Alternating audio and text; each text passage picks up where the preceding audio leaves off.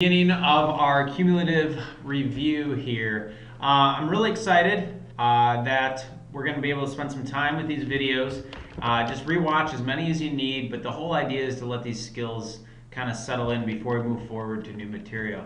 All right, so looking here, I know that a lot of kids had trouble with Unit 9, especially Learning Target 9A with the specials. So I'm starting with that one. Spend some time watching this. Hopefully, as we do this, this will make more sense to you. Okay, so remember, before we even start, opposite 30 was always what we called just x. Then opposite 60, if you remember, was x times the square root of 3.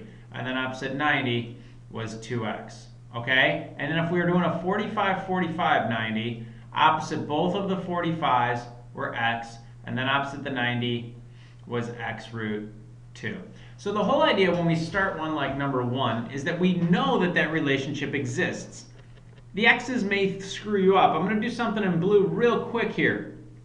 If I knew opposite 30, let's just say was 5, that means that I know everything else. I know that this side would have to be 5 root 3, and I know that this side would have to be 2 times 5, which is 10. So don't let the variables throw you off. Some of these are really easy and you don't even need the variables. Okay? With that said, I'm going to take you to number 1. I know that this is 30 degrees. Okay? So I'm not going to really draw in the variables here. Opposite 30 is my x value. Well, that's great. Now I know that opposite 60 would have to be my x value times the square root of 3. So that's just going to be 12 times the square root of 3 for this problem. And opposite the hypotenuse is always 2 times that x value. So we're going to get 2 times 12, which is 24. Okay, so remember here, if we were doing in red, this was the x, this was the x root 3, and this was the 2x. Okay?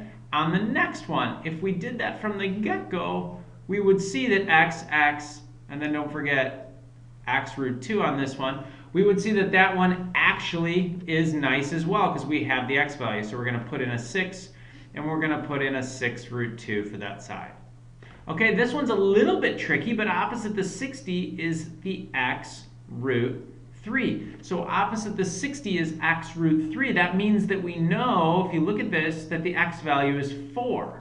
And if the x value is 4, that means opposite the 30-degree angle up here this time is going to be 4. And opposite this is going to be 2 times that value, or 8. So those ones are the ones where it's a little bit more straightforward and given to you. Now number 4, we're going to get into a tricky situation. Opposite 60 here, remember, is x root 3. Well, here's the deal. I can't tell what x is. X is definitely not 9. So what I'm going to have to do is actually make an equation to help me out here. And I'm going to say that x root 3 is equal to 9. I don't know what x is, but I know x root 3 is 9. So now I'm going to divide both sides here by the square root of 3. I do have x by itself right now, but remember we did something called rationalizing the denominator. We wanted to get rid of that radical. That's a learning target that's going to come in later too. But if I multiply by root, I'm going to actually have x equals 9 times the square root of 3 over, and remember, square root of 3 times square root of 3 is just the number 3. So I'm actually going to get, since these simplify here to 3 over 1, I have an x value of 3 root 3. Now I'm going to grab the blue here and get you to understand that that means I have the x value. I don't need to do anything for this side. I already know that side is 9. But my 30-degree angle is right here. So opposite that is my x value.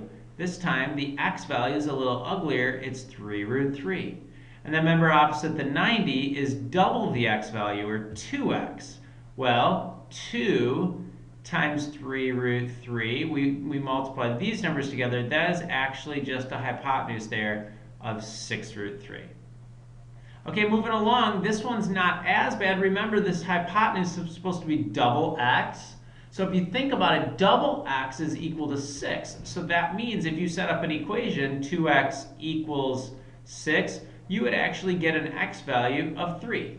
You know, double x equals 6, so obviously x equals 3. So opposite the 30, remember that's up here, opposite the 30 is going to give you 3. Opposite the 90 is double that, makes sense.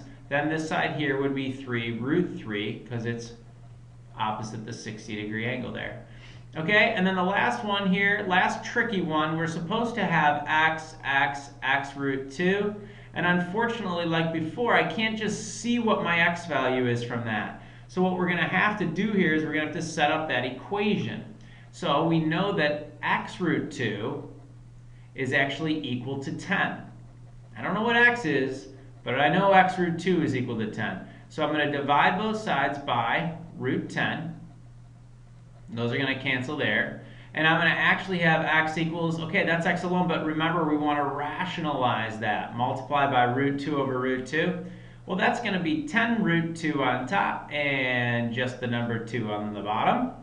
And when I simplify these numbers, I actually get just 5 root 2. Don't forget, this is my x value. So when I look back at the problem here, I'm just going to put that as my answer for the leg of the triangle because x is 5 root 2.